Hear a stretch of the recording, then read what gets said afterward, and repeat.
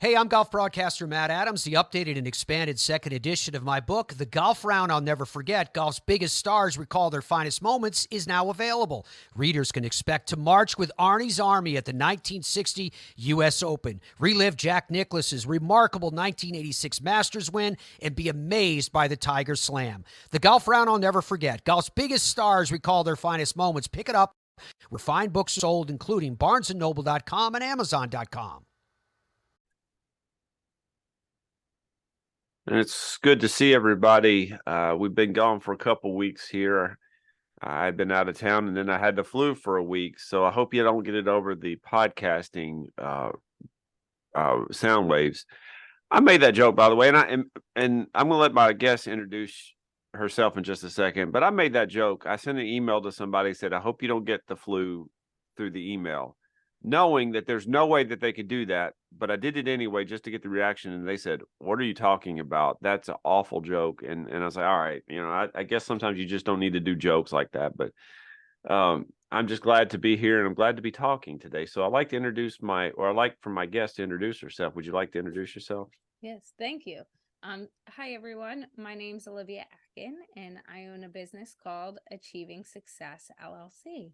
And I have a podcast, Achieving Success with Olivia Atkin, that brings on celebrities, professional or former professional athletes, and entrepreneurs and employees to discuss what success means and looks like to them today and their journey to achieving that success in their personal and professional life. And I do a lot of consulting within the realm of podcasting and speaking with athletes and veterans and employees about transitioning and how to transition skill sets, how to build upon our own journeys, as well as not get ourselves in our own way, and lots more. Well, I just found you on Spotify, and now you have another follow. And if I press that bell button, it alerts me, so I need to do that. But one of the things that popped up, and this is not what I wanted to talk about, but I really appreciate this, is achieving and sustaining successful sleep habits. Just a couple of 3 weeks ago that you did that. So I'm going to delve into this this podcast and go from there. But Miss Olivia, let me ask you a question. This is a football podcast. We talked about that a second ago, but it doesn't necessarily have to be about football. You mentioned, and I'm looking, achieving and maintaining mental health. Yep, I'm gonna. Yeah, okay. You mentioned getting out of your own way. One of the things that I have noticed, I have fought, and may sound dramatic, but it is a fight. I have fought mental health issues probably for 31 years. I can remember when it started. And the one thing that I have noticed about myself is I self-sabotage. And things are going great, and all of a sudden the mental health issues flare up, and you do something that is not you, and it compounds. What would you suggest if somebody says, "Hey, Olivia, I'm self-sabotaging"? What would you suggest? So one thing I always say is we have to remember we're creating that roadblock for ourselves, right? And when we're in that tornado effect, right? Where everything, whether it's a mental health crisis, right? One of those moments, or we're so busy, we can't hear the noise around us. Is take a step back for a second and ask yourself this question. If my family member, my spouse, my sibling, my son or daughter, a friend of mine were to come to me with this same exact problem and tell me they're reacting this way, would I give them the advice to react this way? Or would I say, hey, I think this is totally solvable by X, Y, and Z? Kind of make up that person in your head who would come to you with that piece of, that situation, and give them advice. It's a lot easier sometimes for us as individuals to give advice to other people and help others than help ourselves. So when you take yourself out of the equation and look at it as a third person, sometimes it's a lot easier to go, oh, wait, no, I'm acting in a way that's not normal for the situation, or not normal for how I would respond, or give someone else advice on how to respond. And sometimes we are sometimes you go, oh, wait, that's totally valid. It is, I have a valid reasoning to respond this way. I have a valid reason to be reacting this way. And I'm just not being heard and listened to. So I'm heightening it. That's actually, it's very, very much an inner look at why you do things. It's questioning things. Now, at the moment, when you're in the tornado, it's kind of hard to do that. And I don't think that you're suggesting to do it immediately. I think you are suggesting take a step back, and sometimes that takes a while. Yes. And one thing I always say too, and one thing I've always done for myself, you know, as life pivots and change and then unexpected opportunities come up, right? Because sometimes it's those opportunities that kind of we jump in and then we start to go, oh, this is such a great opportunity, but I'm gonna like self-sabotage it, right? Is I give myself, whether it's bad news, good news, whatever it might be, I'll never say no to an opportunity right away. I'll never, say yes. There's some points I say yes to, and there's some things I say yes to right away, I should say. But give yourself 24 hours, one day.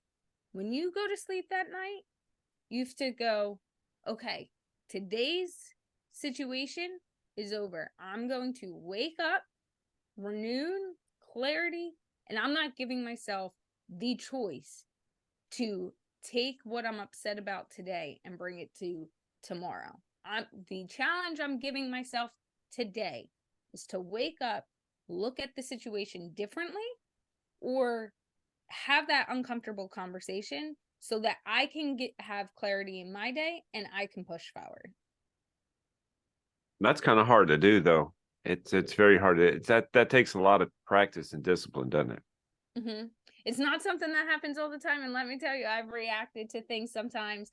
You're so passionate about it, you're like, oh no, I'm right, this is how it's gotta go. And then the next day or a few days later, you look at that situation and you're like, I was acting out of feelings and not what the situation provided, or I didn't know all this information. So I think over time, it is a skill you learn and you adapt and you change to. But to start, it's just those little moments. You know, I forget the exact stat, but I think it was like 7 seconds. If you're going through something, and they use this in AA, if you're in my episode with Mark Troy, he talks about this exact stat, so you can quote it from that. But it basically is, if you breathe in and out for 7 seconds and not think about the thing in AA, for example, that you're craving or how you're feeling, seconds go by and it can change your state of mind. You'll move on to the next thing. So what he did, Mark Troy talks about, is the habit he started to grow to change his mindset and how he approached situations was when he was feeling a certain way, he'd divert his attention to the breathing and focus on that for the 7 seconds. By the time the second 7 seconds was up, he'd start, especially over time, not feeling that he was in the middle of the tornado. I'm looking at your topics, and you've had, for your podcast, and because that's what I have in front of me right now, you've had 51 episodes, which is very impressive. Most podcasts don't make it that long. So you should feel, the word proud is overused, but there's some pride in that in there. And that's very impressive. And I'm going, like I said, I'm going to delve into these, but I'm looking at the topics. You don't jump in on something this deep and this diverse overnight. There had to be a catalyst that kind of brought that about, Olivia. What is that? So for me, I have a degree or certification in every business area. Like you and I talked about, I have worked in sports in some capacity in every aspect from the time I was like 4 years old. I was a professional, as I called, a professional swimmer from a very young age. Until I was 9 years old, I was training for the Junior Olympics, and I was diagnosed for epilepsy. And so I saw firsthand how within athletics, not by choice, your sport could be taken away from you. I woke up one day, I had allergic reaction to Parmesan cheese, which triggered a seizure, and my seizures just got worse. And if anyone knows anything about epilepsy, it's electrons that get fired in your brain, and can end up causing you, because of the electrons, not to breathe. And if you're in a pool of water, you stop breathing. That's you not drown. a good thing. Yeah, that's not a good thing. Yeah. Not really the best situation or environment to be in. And seizures can look very different. They can look like the grand mal seizures most people see on television, or they can be staring events. And 1 in 10 people have a seizure, and it's the most common neurological disease in the world. And so for me, at that very young age, I always saw how things can look great, especially as I outgrew my seizures, which I had a rare form. So I was lucky enough, I would say, to get to a point where I don't have seizures anymore.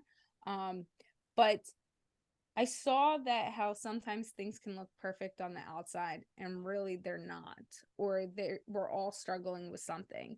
I then went to manage athletes in high school. I ended up going back and diving, and set the state record in coaching diving until I was 18, while managing wrestling, lacrosse, baseball, and football in high school. And I went on to work as the manager for 2 D1 hockey programs, and work with the New York Football Giants for 6 years while in college, and managing different pro athletes. And one of the things I always saw within sports was, no matter the level, whether it was by choice or by decision for you, a lot of individuals had a struggle with transitioning out of their sport, especially the longer you played.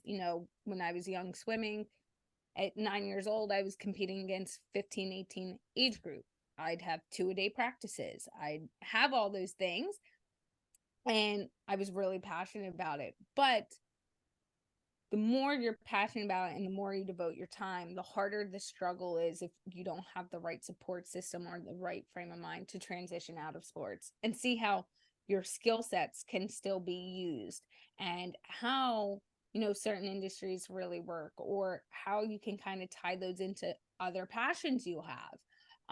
So when I got out of working for the New York Giants, and I still manage athletes to this day, but it's something I've continued to see. And no matter the industry I've gone into, the conversation is always the same. Someone gets a job, they didn't realize what that job really entailed. They didn't really realize all the moving pieces within the industry, or, what they needed to do to set themselves apart, or how to help themselves grow long term. And so when I started the podcast, it was really having real, unfiltered conversations with individuals from all walks of life about their journey and what that journey has looked like. So sometimes it's tips and tricks, like the sleep episode that you brought up in the beginning, of like what we can all do, whether we get 8 hours of sleep or we only get 4, of how to make sure we're performing to the best of our ability. That episode specifically talks about, the ideal room temperature, or, if you get an hour of sleep one night, how to kind of trick your eyes to feel more alert throughout the day so you can still be productive. We've had episodes where people talk about, going from playing professional sports and making millions of dollars, even at their first career after sports, to making $8.25. We've talked about individuals who've been part of mass shootings and how that has triggered their mental health. It really just depends on the individual and their story. And I think that's one of the amazing things with the show. But I think it really, through even that journey of once I decided to do the show and really help people feel like they weren't alone, and that everyone goes through things. Everyone has a journey. It doesn't matter what the outside looks like. Doesn't matter how we perceive them. Everyone has a story to tell, and giving those individuals the platform, but then also giving the listeners the space to listen to it without feeling like they're judged in any way, and knowing that they're not alone. Your goal, let me see if I got what you said, and I like what you said, but I want to see if I can get it in my head here as well. You want purpose. You want people to see purpose no matter where they are in life. Yes. That is, to me, one of the things that I think our society is missing, because we seek instantaneous purpose, and that doesn't last. I compare it to a sugar high. You get a buzz for a little bit, but it doesn't last long. I've worked with teenagers, well, ever since I can remember. And the one thing that I find is that, of course, teenagers are a little bit over dramatic, just a little bit. But that doesn't mean that that's not legit. You know, yes, oh, this is the end of the world. And like, you're 13 years old. You don't need, I've got a 10-year-old daughter who thinks she has to have a boyfriend now. I'm like, okay, Harmony, you don't need a boyfriend right now. But I got to have one. Everybody else has one. It's like, oh, you'll have plenty of time in life. Stuff like that. But when you find a kid who is fighting, I call them demons, or as Winston Churchill called it, the black dog. When you find them fighting that, that's legit. And you should never dismiss a legit fight. I mean, you're talking about people who, and I saw that mass shooting episode, and I believe in gun rights to an extent.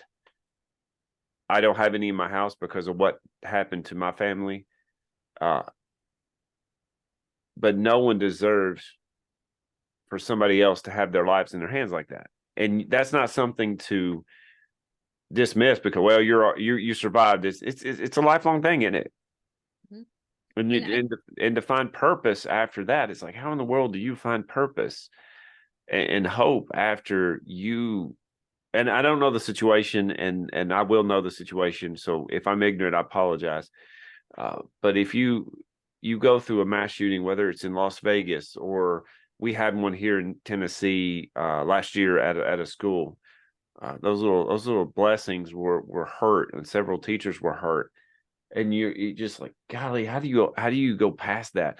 What you're doing, at least what I understand, what you're doing is to help people get to that point. So, Miss Olivia, I not only do I applaud you, I thank you for what you're doing. And just we've talked now for 20 minutes, and I don't know you, you don't know me, but in my profession, I have to draw kind of a conclusion on people quickly to see if they're legit. What I've drawn on you is that you are a legit person that really does care, and you are a rarity. You are a rarity. Thank you. I appreciate those kind words.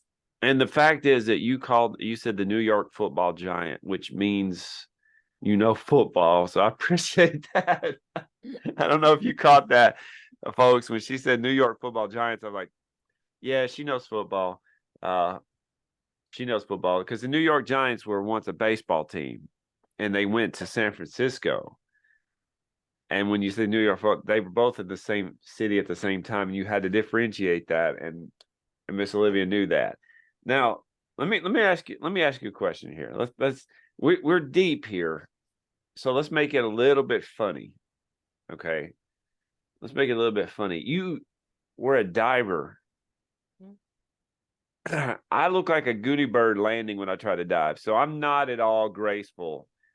In college, I took a swimming course, and I would have made an A in that course if it wasn't for my diving. So it's ugly. So I'm nowhere near on your level here. But do you have a story or two about learning how to dive that you can laugh at now? Well, I joke now that my state record that I got in the state of New Jersey was off the 3-meter board. So that really tall board, if you No. it just makes me sick thinking about it. Yeah. And I laugh now, we talk as when we're younger, our fear is less, right? We have this mentality of we can do it. When I look at it now, being almost 30, I'm like, I've gone back to the club I trained at this past summer, and I actually was there and with one of my former divers, just hanging out. And I was helping little kids, and he was like, Coach Olivia, like, come up, do some tricks with me on the 3-meter. I'm like, you're out of your goddamn mind if you think I'm getting up there and doing what I did when I was 18 years old. I'm like, I've not. The other part of it is, when you've not practiced a skill you've done, especially diving off a board and doing tricks, and you're diving into a body of water, even though that's a liquid, if you hit it wrong, it is like hitting cement. It can be very painful. So, one thing that I laugh about now is when I was learning one of the dives that helped me get my title, it's called an inward. So you jump off the board backwards and dive towards the board, but down. So you jump backwards and then dive into the water. And I remember doing it on the 1-meter because everything I competed on the 3-meter, I competed on the 1-meter as well. And it was pretty easy for me to do. But I would not do that dive to save my life off the 3-meter. And I knew I needed it, or I needed to learn a bigger trick in some people's eyes to do. And it was the fear of, hitting that water wrong, but also if you don't jump far enough back, you're hitting the board. Right. And Greg Louganis type thing. Yeah. And so I remember getting up on the board the day I actually did it for the first time. And I was like, I'm going to do it. I'm going to do it. And my coach was a good friend of mine. One of the guys the guy I was like dating, you're 18, you're talking to, you're dating, whatever it might be, was actually the lifeguard on stand. And I was just like, I'm so nervous. I also might die and hurt myself. Like, I didn't know where it was going to go. And I remember turning to the lifeguard and just saying to him, his name was George. I was like, George, if I hit wrong, you better be diving in here. You better be doing this. And we filmed it. My coach filmed it to see what I did wrong and whatever. And I stood up there for 5 minutes, and my coach was like, are you going to go? Are you going to go? And I was just like, no, I'm not. No, I am not. And when I finally just went for it, my coach in the video to this day, you can hear her say, oh my God, she actually did it. And I like got up and I like hit the top of the pool and I was like, I did it. And I laugh about it now because it was something that was at that time, like my biggest fear was doing that dive. And in life, we all have those moments of those things that just eat at us, and we want to do it. We want to say we do it, but we can't. But I laugh at it because it was something that was accomplishable. I just had to put my mind to it, and that the commentary that was happening around that until I actually did it. And was it in your head? Oh, definitely. I knew, when you dive, how I trained my divers and how I trained when I was training was I wear a wetsuit. Now, wetsuit is not necessarily a normal thing to see in diving, and divers wear. And I would wear it because if anyone who's met me in person, I weigh 90 pounds soaking wet.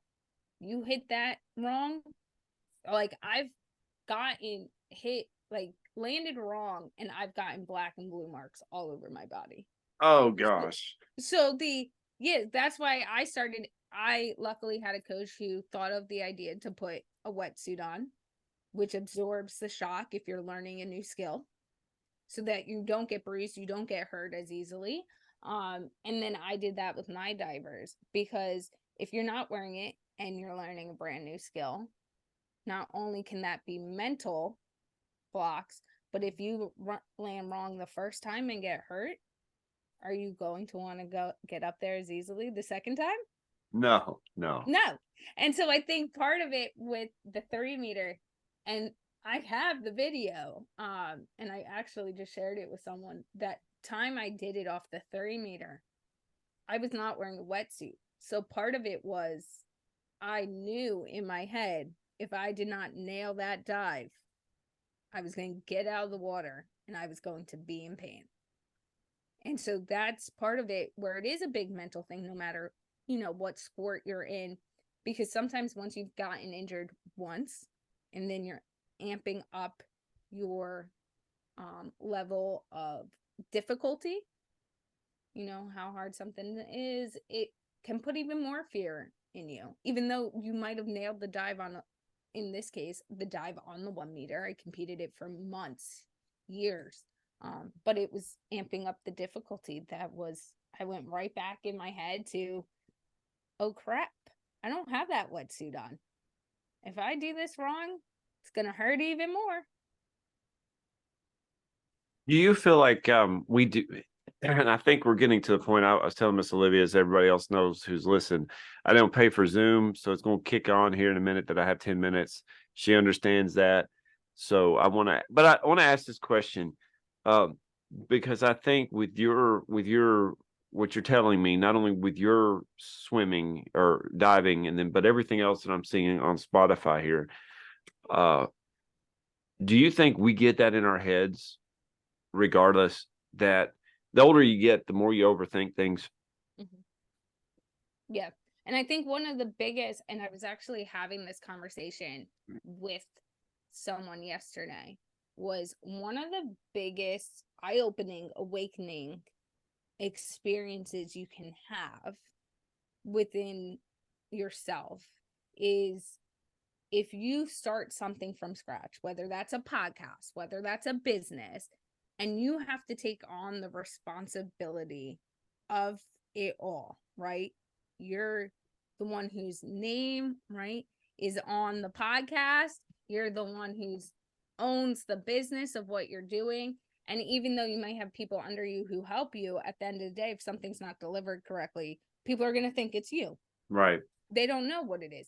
Right. But through that experience, it makes you aware of what you're really good at, makes you aware of where your weaknesses are, whether that's micromanaging, whether that's, really being too stuck and not listening to other ideas, whether that's you're too not organized enough, that you lose track of things easily. Those experiences, I think, force you out of being in your own head sometimes. And then it makes you look at other experiences you're having and going, oh, okay, this isn't as bad as I thought it was going to be in my head. Or I could do this because I've done that. And I joke about that with my boyfriend. My boyfriend's currently in the Coast Guard.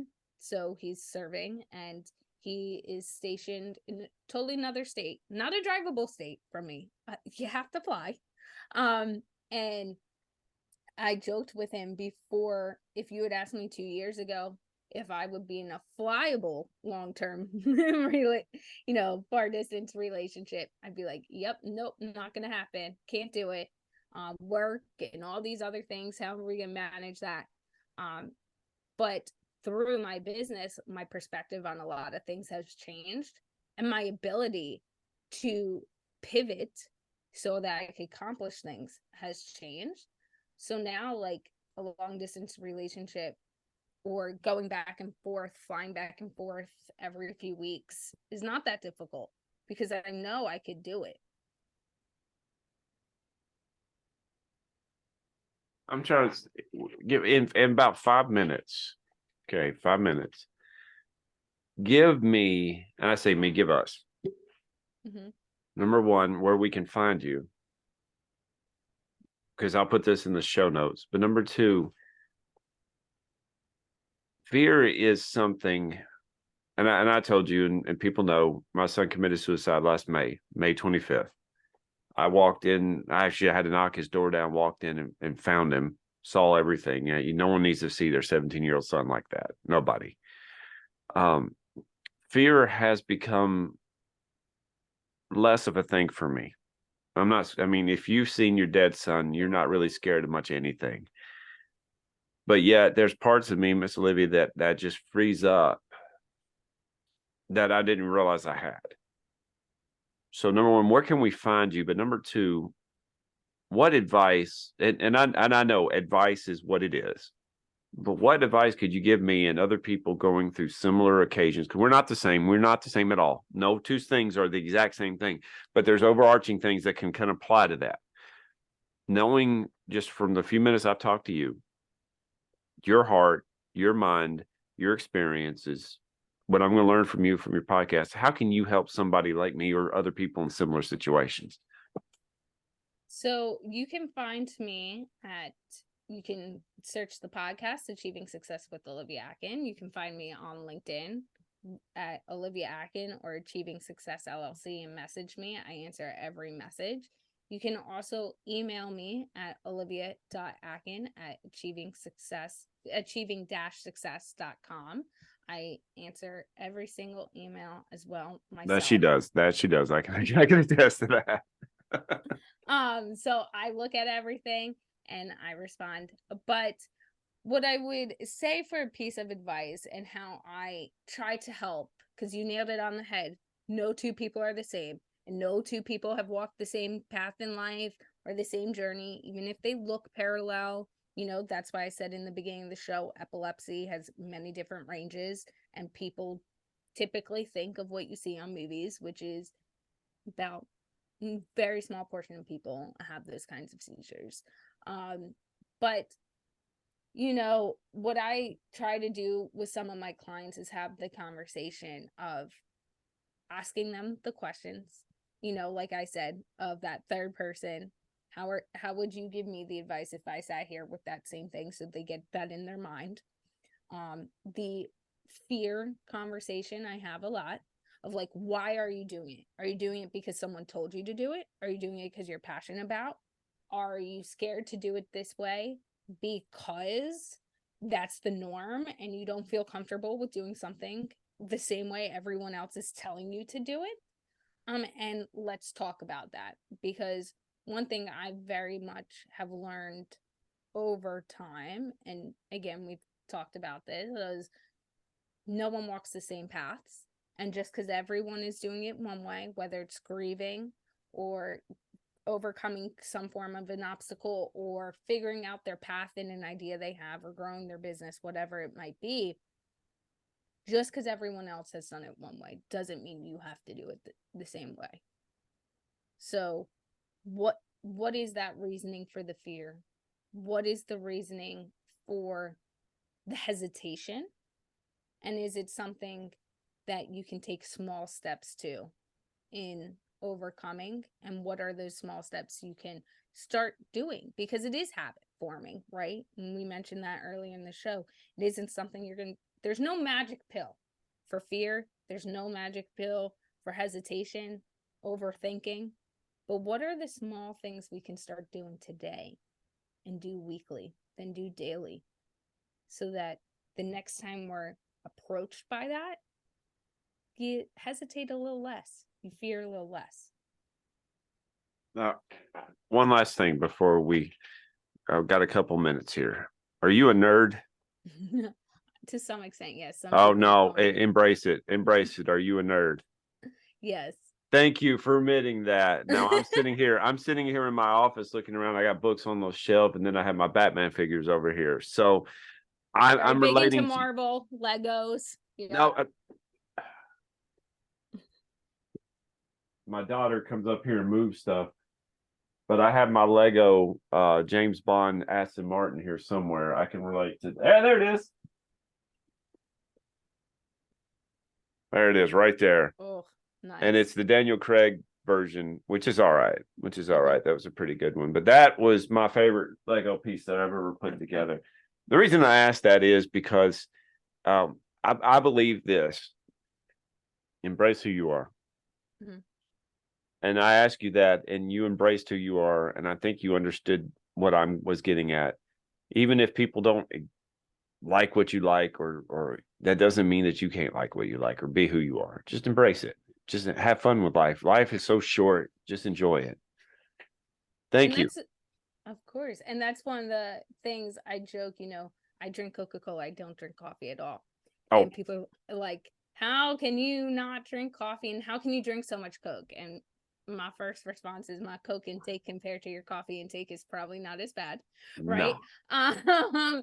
And my second is I always think, because my life, when I was diagnosed with epilepsy, one thing I didn't mention was that they gave me like 6 months of regular brain functionality. That was their original diagnosis, that within a year, I would not be able to be in a classroom. I would never graduate, move on to middle school in a normal classroom setting. I might never take in information. And then I graduated college early. I broke barriers in many different industries. I got my MBA. I have done so many things. So for me, I look at it and I use the Coke example a lot of, if I'm on my deathbed, am I going to ask myself,